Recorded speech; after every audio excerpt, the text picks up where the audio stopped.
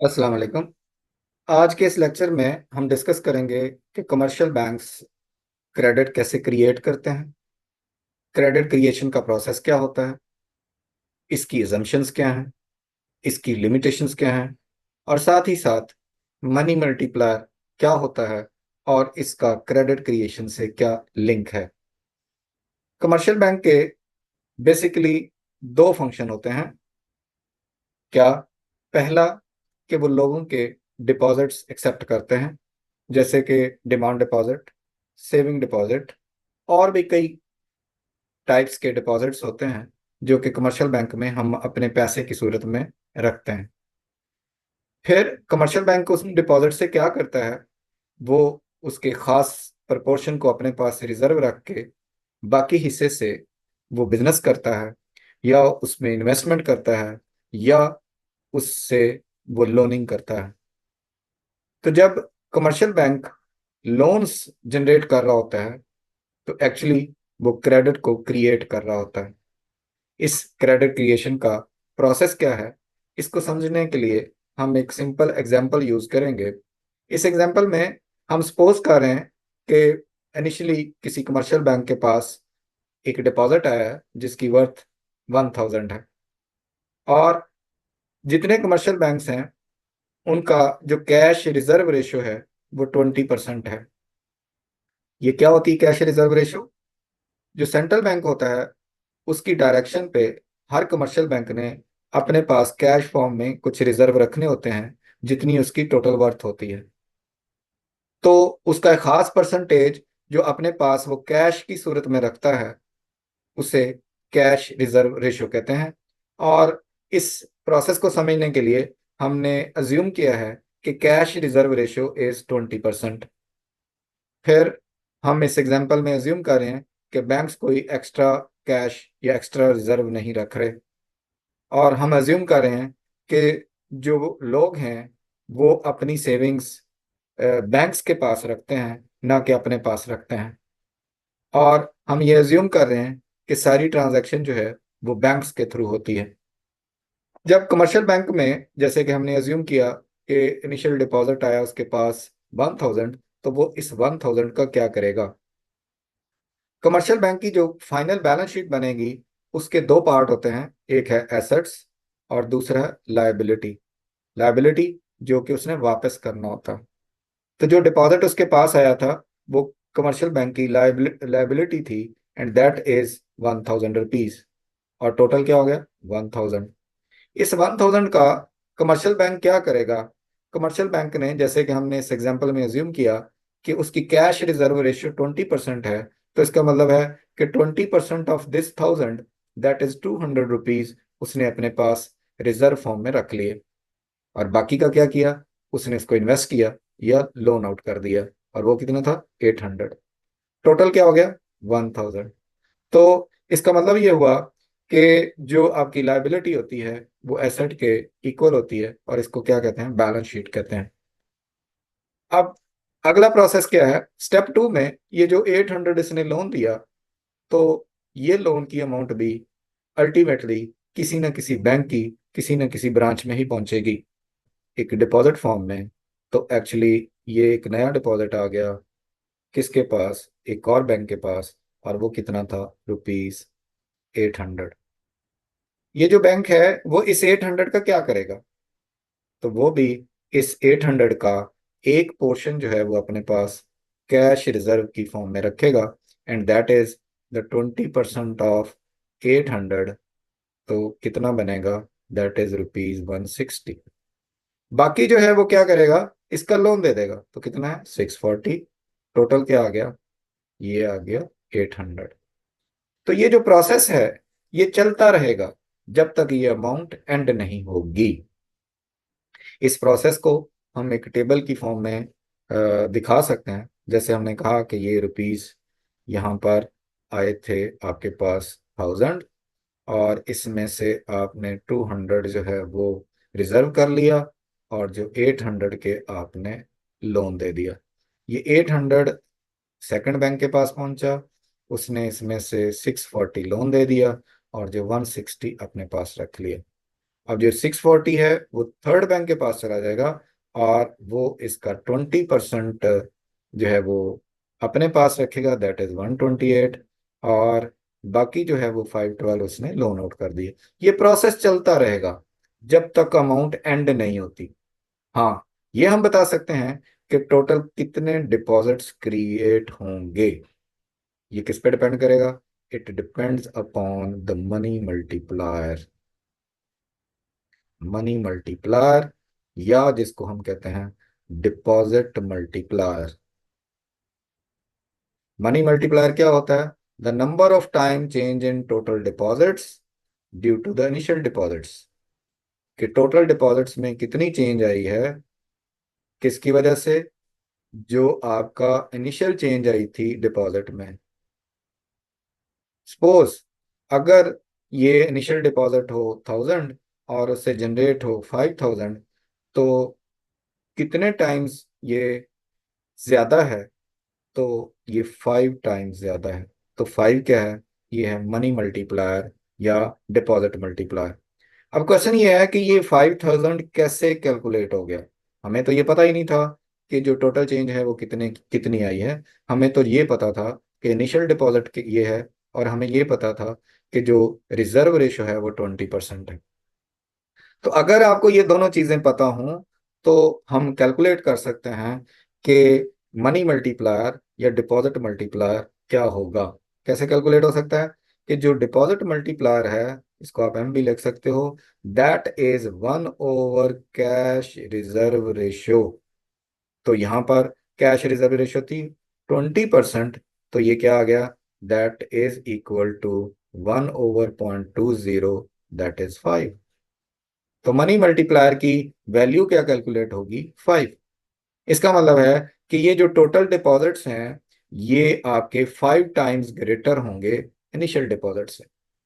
अब क्वेश्चन ये है कि टोटल क्रेडिट क्रिएशन कितनी होगी। उसके लिए ये मैं ऊपर लिख रहा हूं, उसके लिए हम कैलकुलेट कर सकते हैं कि credit creation is equal to, या deposit creation is equal to 1/कैश reserve ratio into initial deposit.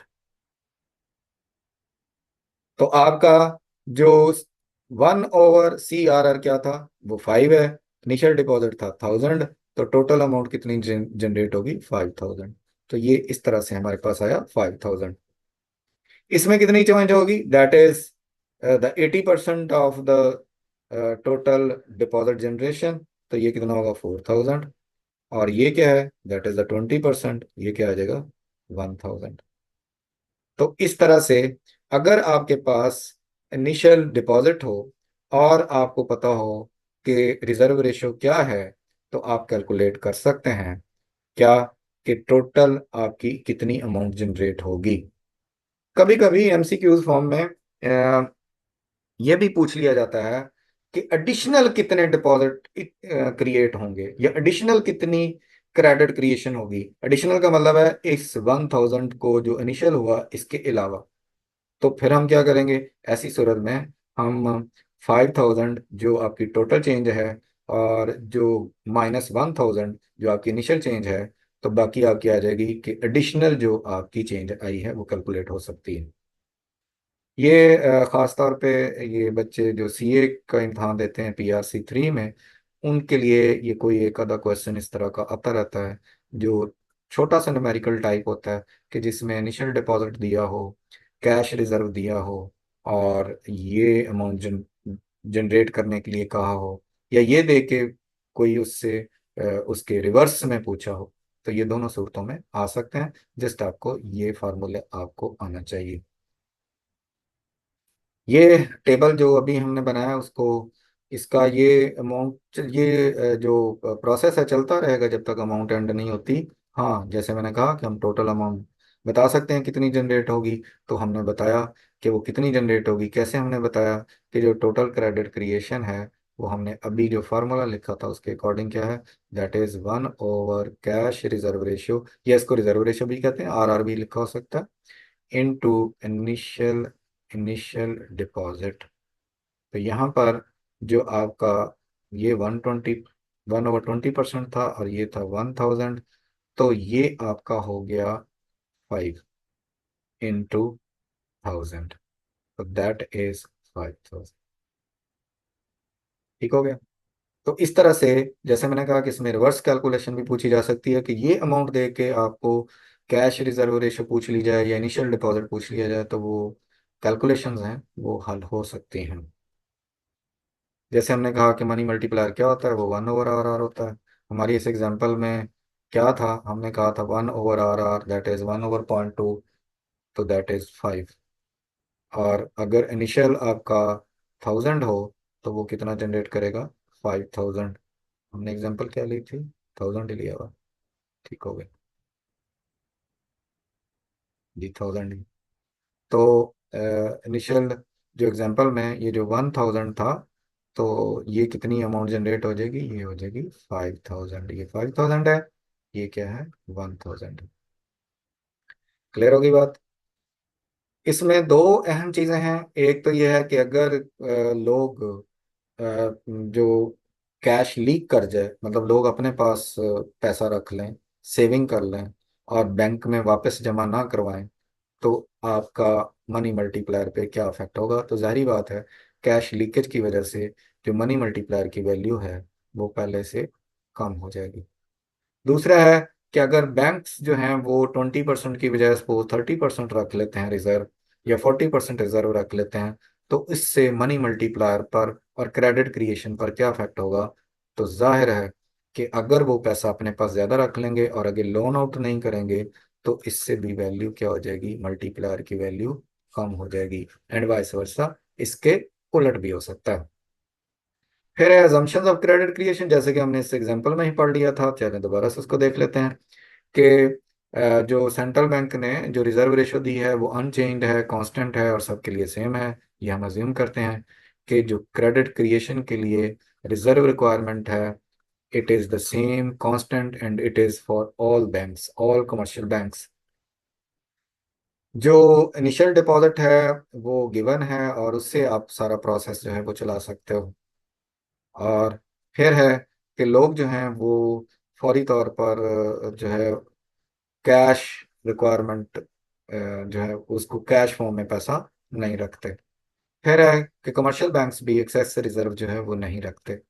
फिर के डेवलप्ड बैंकिंग सिस्टम है और सारे जो ट्रांजैक्शन है वो बैंक्स के थ्रू हो रही है।